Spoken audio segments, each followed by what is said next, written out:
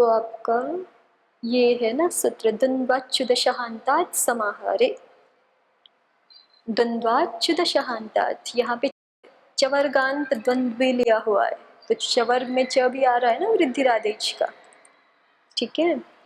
तो चवर्गांत द्वंद्व है ये समाहार वाला, तो इससे टच प्रत्यय प्राप्त होना चाहिए था।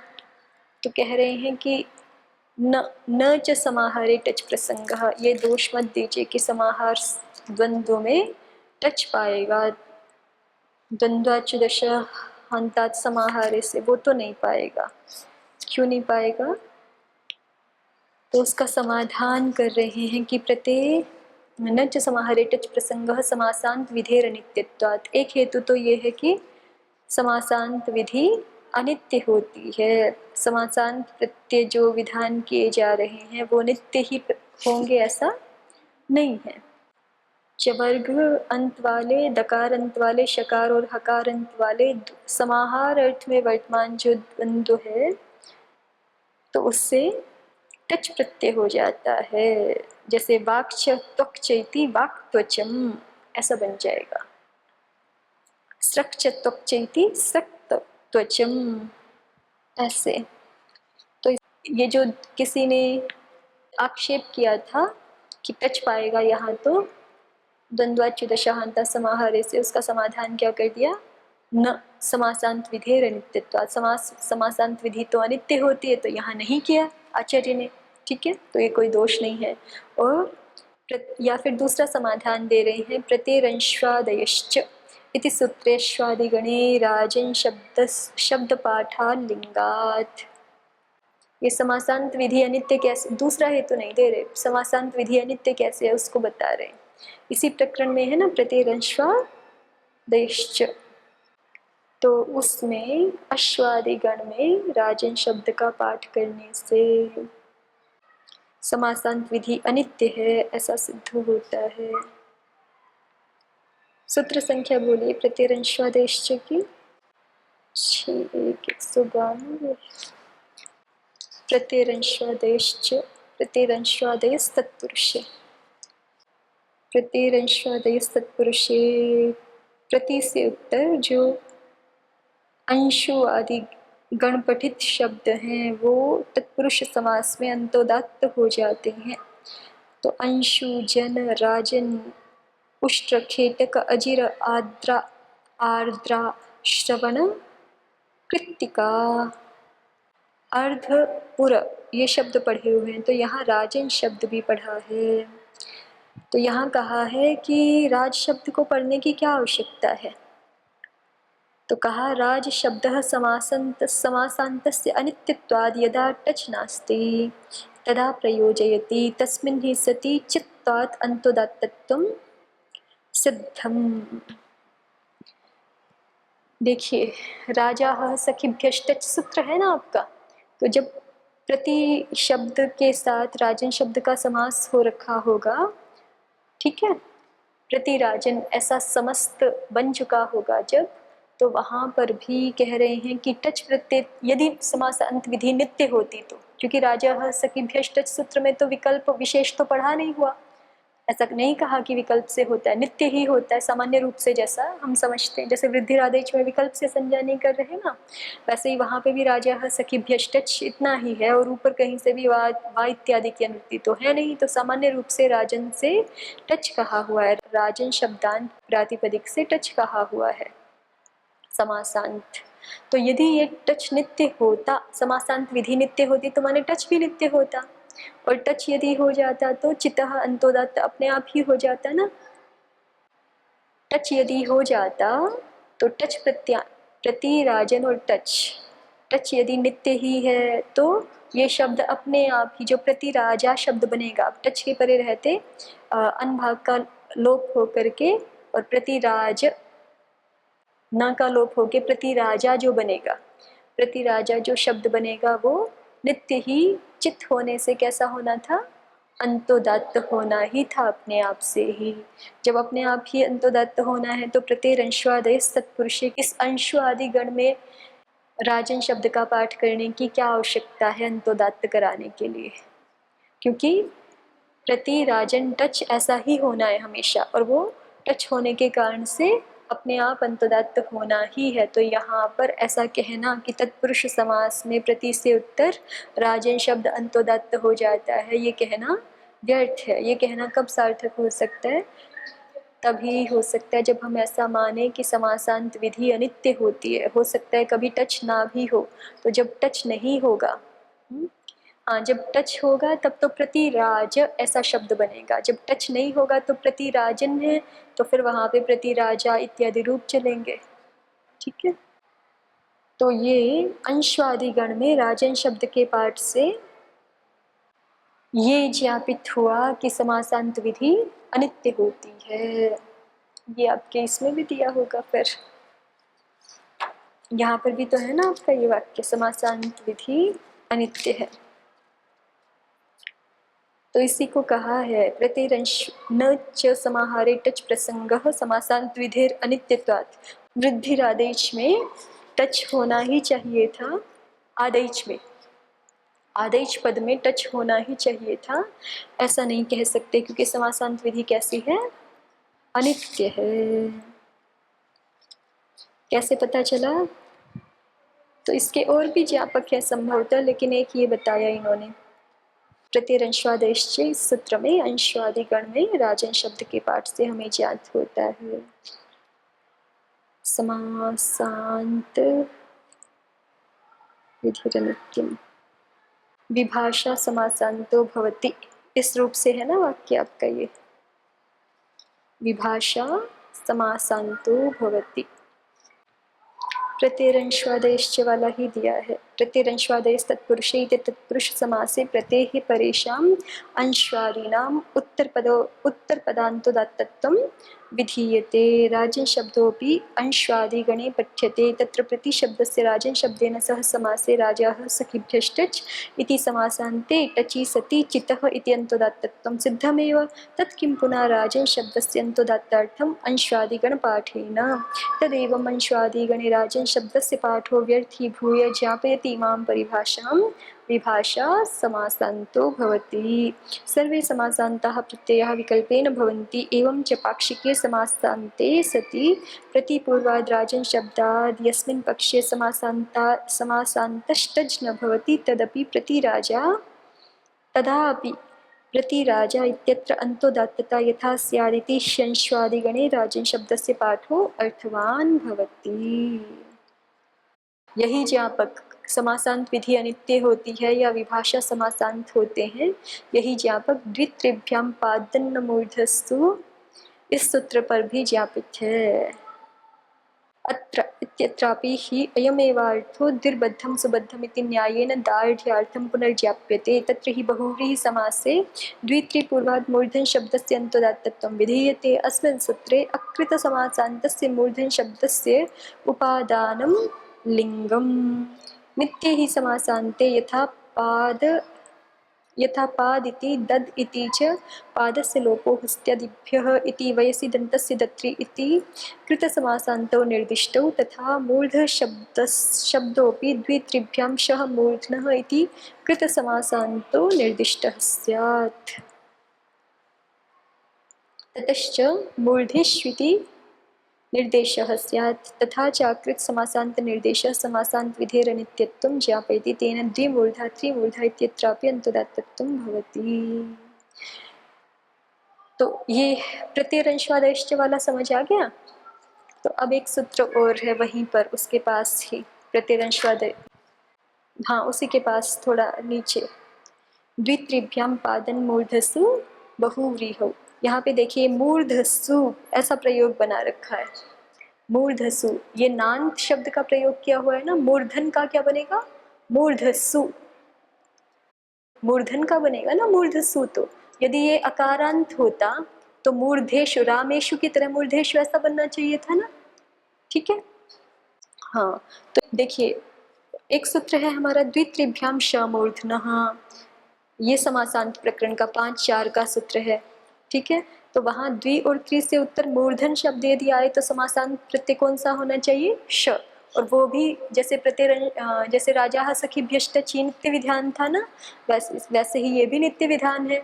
तो इसका मतलब जब आचार्य द्वि और त्रि से उत्तर कभी भी मूर्धन आएगा तो वहाँ पे श प्रत्यय भी होना चाहिए, और श प्रत्यय होकर के फिर मूर्ध, ऐसा द्वि मूर्ध अकारांत बन जाना चाहिए। ठीक है, जैसे टच जहाँ हो जाता है राजन शब्द से, जैसे महाराजा आदि शब्दों में, तो फिर उसके अकारांत रूप चलते हैं, महाराजः, महाराजौ, महाराजा आदि। उसके फिर राजा, राजानो, राजान आदि रूप नहीं चलते। ठीक, तो ऐसे ही यहाँ पे श प्रत्यय होकर के राम की तरह रूप चलना चाहिए थे, और ये श नित्य ही होना चाहिए। लेकिन आचार्य ने ही अपने प्रयोग में ये जो छेदों का प्रयोग है, द्वित्रिभ्याम पादन मूर्धसु बहुव्रीहो, यहाँ पे द्वंद्व किया हुआ इन शब्दों का, नहीं, पादन और मूर्ध, इनका द्वंद्व किया हुआ है। ठीक है, और ये दिखा रखा है कि ये द्वि और त्रि से उत्तर जो मूर्ध, द्वि और त्रि से उत्तर जो पाद शब्द, द्वि और त्रि से उत्तर जो दत्त शब्द, और द्वि और त्रि से उत्तर जो मूर्ध शब्द बहुव्रीहि समास में, उनको अंतोदात्त विधान कर रहे हैं। तो ये कह रहे हैं कि यहाँ पे मूर्ध में ये मूर्ध सु अकारांत कैसे उपदेश कर दिया आचार्य ने, नकारांत कैसे उपदेश कर दिया। अकारांत करना चाहिए था ना, और अकारांत करते तो मूर्धेशु ऐसा निर्देश करना चाहिए था। ठीक है, नांत निर्देश कर रहे हैं तब जाके मूर्ध स्वरूप बन रहा है, तो नांत निर्देश तो कर ही नहीं सकते। क्यों नहीं कर सकते? क्योंकि श प्रत्यय तो नित्य विहित था, द्वित्रिभ्याम श मूर्धना से श नित्य विहित था ना, तो आचार्य को भी श करना ही चाहिए था, लेकिन उन्होंने तो नहीं किया। तो इसका मतलब इससे भी ज्ञापित होता है, आचार्य के ही नांत प्रयोग से ज्ञापित होता है कि समासांत विधि अनित्य है, कभी बिना श के भी प्रयोग मिल सकता है। आपको द्वित्रि से उत्तर मूर्धन शब्द का बिना श प्रत्यय वाला प्रयोग भी मिल सकता है। ठीक है, तो इसी आचार्य के प्रयोग से ही, नांत प्रयोग से, द्वित्रिभ्याम मूर्धन के प्रयोग से ज्ञापित होता है कि समासांत विधि अनित्य है। तो ये दो ज्ञापक दिए हुए समासांत विधि के अनित्य होने में। आगे बढ़िए, अन्यथा राजाः इति टचा सिद्धे किम तेन, ये बात स्पष्ट हो गई। ऊपर से ऐसा कहा जा रहा था ना, आदेश में टच होगा ही, जरूरी नहीं है, क्योंकि समासांत विधि अनित्य है। कैसे पता चला? प्रत्यरंश्वादय इति सूत्रे अश्वादिगणे राजन शब्द पाठात लिंगात अन्यथा राजाः इति टचा सिद्धे। नहीं तो फिर यदि अनित्य ना होती समासांत विधि, तो फिर जो अंतोदात्त तत्व चाहिए है, वो अंतोदात्त तत्व राजाः सखिभ्यश्च इस सूत्र के टच प्रत्यय के द्वारा ही सिद्ध था। ठीक है, यदि टच नित्य होता तो टच के द्वारा ही अंतोदात्त तत्व सिद्ध था। किम तेन, किम तेन अर्थात अंश्वादि गणे राजन शब्द से पाठेन। आगे बढ़िए, यद्वा पदत्रयम, यहाँ तक उद्योतकार ने द्विपद सूत्र है ऐसा दिखाया। अब कहते हैं यद्वा पदत्रयम, या फिर समझिए कि यहाँ तीन पद है। ठीक है, इसमें क्या प्रमाण है? ये तीन पद हैं, तो कहते हैं पशपशायाम भाष्ये वृद्धि आत ऐच इति पद विभागम दर्शनात्। वहाँ पे एक बार दिखाया था ना, लक्ष्य लक्षणे व्याकरणम, जहाँ ये बात चली थी कि व्याकरण शब्द का अर्थ क्या है, तो वहाँ पर दिखाया था, आप देख सकते हैं पीछे। पशपशाहने की बात है ये, तो मिला। व्याकरण शब्द से कह अर्थ ये है आपका 79तमे पृष्ठे लक्ष्यने व्याकरणम। तो हाँ, इस पे कहा है ना कि न केवलानी, आगे चल के 80 वाले पृष्ठ पर, ननु चोक्तम न केवलानी चर्चा पदानी व्याख्यानम वृद्धि ही आत ऐच। तो इसका मतलब ये पहले आ चुका ना, कहाँ पहले कहाँ आया है? ये 77 पृष्ठ पर है ना, दूसरे कॉलम में शब्दा प्रतिपत्ति वाले उस पे कहा है, ननु च तदेव सूत्रम विगृहीतम व्याख्यानम भवति। तो वहाँ कहा न केवलम चर्चा पदानी व्याख्यानम वृद्धि ही आत ऐच, यहाँ पे 3 करके दिखाए हैं ना, इसको कह रहे हैं वृद्धि शब्दस्त्वावृत्त्या योज्यः। तो कह रहे हैं यद्वा पदत्रयम, या फिर ये 3 पद हैं, जैसा कि पशपशाहनिक में भाष्य में पद विभाग दिखाया गया है, तो वो भी प्रमाण है। भाष्यकार की ही दोनों बातें प्रमाण के रूप में उपस्थापित की ना, दोनों वाक्य। कृतम अनयोः साधुत्तम, ये भी भाष्यकार का वाक्य है, तो अनयोः से द्विपदात्मक सूत्र है ऐसा ज्ञात होता है। और न केवलम चर्चा पदानी एवं व्याख्यानम, वहाँ पे वृद्धि आत ऐच ऐसा करके दिखाया है विगृहित पदों को, तो उस भाष्य प्रमाण से 3 पद हैं ऐसा भी मान सकते हैं। तो इस पक्ष में वृद्धि शब्द, क्योंकि उद्देश्य 2 हो गए आत और ऐच, तो कह रहे हैं वृद्धि शब्द स्वावृत्या योज्य, वृद्धि शब्द को आवृत्ति करके हमें जोड़ना होगा, संबद्ध करना होगा दोनों से, आत से भी और ऐच से भी। अत्र पक्षे अनयोः इति भाष्यम खंडयोरिति अर्थकम। तो यहाँ इस पक्ष में आप अनयोः की अनुवृत्ति के अनयोः का अर्थ कैसे लगाएंगे, तो कह रहे हैं कि अनयोः का खंडयोः अर्थ लगा लीजिए। कृतम अनयोः साधुत्तम, 2 खंडों का साधुत्व किया गया है, ठीक है। वहाँ पे पदयोः नाले अनयोः का अर्थ खंड ले लिया। भाग तो 2 हो ही सकते ना, एक उद्देश्य वाला भाग, एक विधेय वाला भाग, ऐसा करके 2 भाग हो गए। अब उस उद्देश्य वाले भाग में फिर से 2 पद हैं, ये एक अलग बात हो गई। कृतम अनयोः पदयोः साधुत्तम कहेंगे तो 2 पद 2 ही हो सकते हैं, लेकिन कृतम अनयोः खंडयोः साधुत्तम तो एक एक खंड के अंदर 2 या उससे ज्यादा पद भी हो सकते हैं। चलिए, तो जिज्ञासु का प्रश्न है वृद्धिराज इस सूत्र पर, कुत्तम कस्मान न भवति चहुकुः पदस्येति, कि यहाँ कुत्तु क्यों नहीं किया। वृद्धिरादैच, आदैच ये पदांत चकार है ना, तो चहुकुः सूत्र पा रहा है, चवर्ग को कवर्ग आदेश हो जाता है पदांत में और झल के परे रहते, तो पदांत है, ठीक है। सूत्र का अवसान है ना, तो और पद का अंत है ही आदेश, तो यहाँ चहुकुः होना चाहिए था। चलिए प्रदीप देखिए, कुत्तम कस्मादिति अनेक शक्तेः शब्दस्य शक्त्यवच्छेदेन संजिनि विनियोगात् नित्यत्वाच्च सर्वसंज्ञानां लौकिकत्वाद् आदेश शब्दस्य अनुकरण शब्दत्वाद् जाति शब्दत्वाद् वा शास्त्र प्राप्तिरस्ति इति प्रश्नः। तत्र कु शब्दः पंचसु वर्णेष्वासक्तरूपो वाचकत्वेन विनियुक्तः इति शब्दस्वरूपे प्रवृत्तिनिमित्ते भावप्रत्ययः।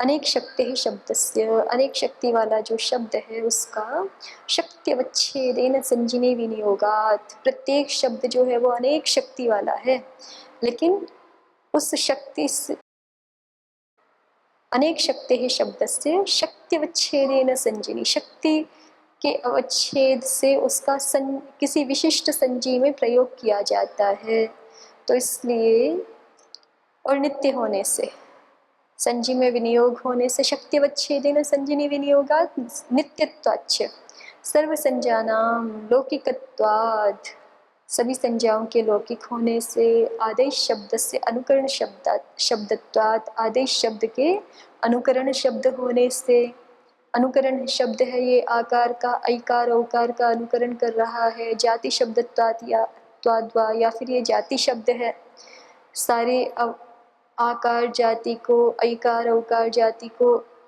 बता रहा है, ग्रहण करा रहा है, तो इसलिए शास्त्र की प्राप्ति तो है, चहुकुः इसकी प्राप्ति तो है। तत्र कु शब्दः पंचसु वर्णेष्वासक्त रूपः, कु शब्द 5 वर्णों का ग्रहण कराता है ना, कवर्ग के 5 वर्णों का ग्रहण कराता है, तो वाचकत्वेन विनियुक्तः, ये 5 वर्णों का के वाचक के रूप में नियुक्त है, उन्हीं में आसक्त रूप वाला है। इति शब्द स्वरूपे प्रवृत्ति निमित्ते, तो इसलिए शब्द स्वरूप यहाँ पे प्रवृत्ति निमित्त है, उसी को लेकर के भाव प्रत्यय किया गया है। कुत्तम, त्वम प्रत्यय किया हुआ है ना, तस्य भावस्त्वतलौ। तो उद्योतकार दिखा रहे हैं कि ये प्रश्न क्यों शुरू किया, कुत्तम कस्मान न भवति चहुकुः पदस्येति, तो कह रहे हैं कि असाधु शब्दोच्चारणे पाणिनेर अश्रद्धेयता आपत्या तद उक्त पदानाम साधुत्वम विचारयति, कि यदि महर्षि पाणिनि जी का ही देखिए ये प्रथम ही सूत्र है, शास्त्रारंभ ही है एक तरह से वृद्धिरादैच, और यदि यहीं पे असाधु शब्द का उच्चारण दिख जाए अध्येता को, तो फिर पाणिनि जी में अश्रद्धेयता की आपत्ति होने लगेगी। ठीक है, तो इसलिए महर्षि पाणिनि जी के द्वारा उच्चरित जो शब्द हैं उनका साधुत्व विचार किया जा रहा है कि यहाँ पे आदेश में प्राप्त तो था, कुत्थु कर क्यों नहीं रहे हैं आप। तो समाधाता ने कहा भत्वात्, कि यहाँ पे चोह कुहु नहीं हो पा रहा क्योंकि भ संज्ञा हो जाती है, और भ संज्ञा के द्वारा तो पद संज्ञा बाधित हो जाती है ना। यदि भ संज्ञा हो जाएगी तो पद संज्ञा नहीं होगी, और पद संज्ञा नहीं होगी तो पदांत में जो प्राप्त है कार्य चोह कुहु वो नहीं होगा। तो जिज्ञासु ने कहा कथम भ संज्ञा की प्राप्ति आप यहाँ कैसे दिखा रहे हो, हमें तो भ संज्ञा का कोई निमित्त तो दिखाई पड़ नहीं रहा यहाँ पर। तो समाधाता ने कहा अयस्मयादीनि छंदसि, कि यहाँ पे अयस्मयादीनि छंदसि इस सूत्र से भ संज्ञा है। तो जिज्ञासु ने कहा कि अयस्मयादीनि छंदसि, ये तो छंद विषय में काम करता है ना, ये तो सूत्र है आपके यहाँ पे, ये छंद विषय तो है नहीं।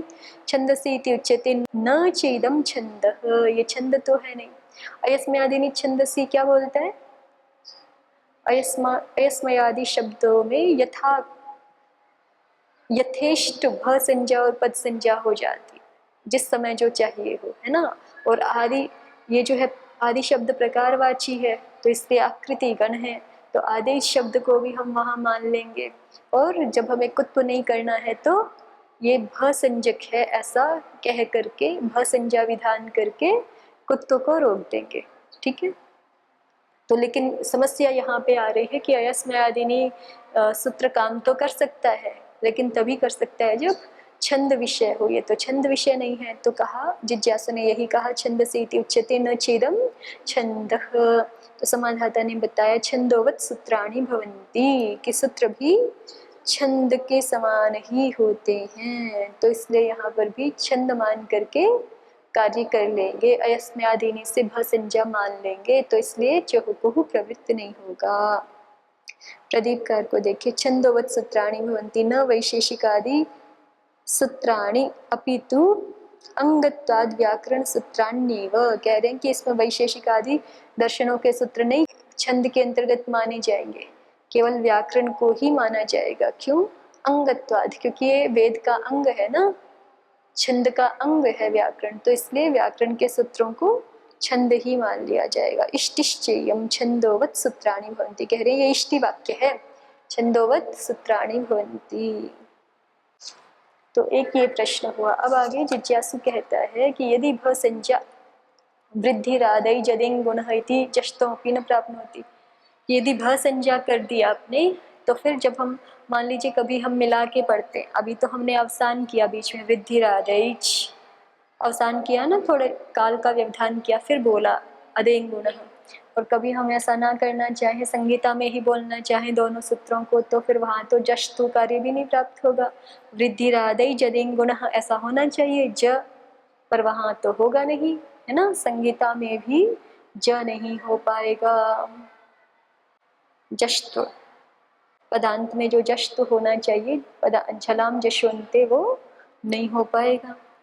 तो समाधाता ने कहा कि ऐसी भी बात नहीं है। उभय संज्ञान्यपि छंदांसी दृश्यन्ते, उभय संज्ञा वाले भी छंद देखे जाते, माने छंद वाले प्रयोग, छंद के अंतर्गत आने वाले जो प्रयोग हैं वो दोनों संज्ञाओं वाले भी देखे जाते। तद यथा सशुष्ठुभा सरिक्वता गणेन, ये स शब्द अलग आएगा, सशुष्ठुभा इतना एक हो गया, फिर आगे स ये अलग है, सरिक्वता गणेन पदत्वात् कुत्वम। तो कह रहे हैं कि यहाँ पे जैसे रिक्वता च को क कर लिया, क्या मान करके, पद मान करके, पदत्वात् कुत्वम, और भत्वात् जष्टुम न भवति, फिर क को ग तो नहीं किया।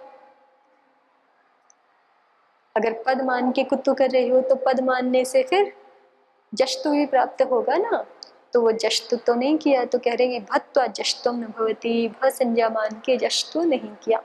एवं इहापि पदत्वा जष्टुम भत्वात् कुत्वम न भविष्यति, इसी तरह से यहाँ पर भी वृद्धिरादेश में हमने कुत्तु को तो रोक दिया भ संज्ञा करके, लेकिन जष्टु के लिए पद संज्ञा ही रहेगी। जष्टु तो हो जाएगा। एवं इहापि पदत्वा जष्टम, पद होने से जष्टु तो हो जाएगा वृद्धिरादेश के आदेश में, लेकिन भत्वात् कुत्वम न भविष्यति, भ संज्ञा होने से कुत्व नहीं होगा। ठीक है। अस्तु अद्य तावदेव भवतु। ओम शांति शांति शांति। ओम श्री परमात्मने नमः। ओम श्री गुरुभ्यो नमः। ओम सर्वेभ्यो